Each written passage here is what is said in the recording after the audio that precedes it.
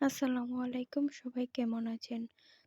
প্রথমে আমি পেঁয়াজ, আদা, রসুন, মরিচ কুচি করে ৩ টা মাংসের টুকরা কুচি, কুচি করে এটার সাথে মাখিয়ে নিলাম।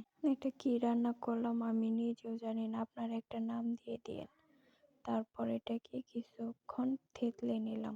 খেতে অনেক স্পাইসি এবং ক্রিসপি ছিল। তারপর মরিচ, হলুদ, জিরা আর কিছু আটা দিয়ে মেখে রাখলাম। তারপর অল্প আঁচে লো হিটে আস্তে আস্তে মুচমুচা করে কিছুক্ষণ ভেজে তারপর আরো লাল লাল করে ভেজে রাখলাম।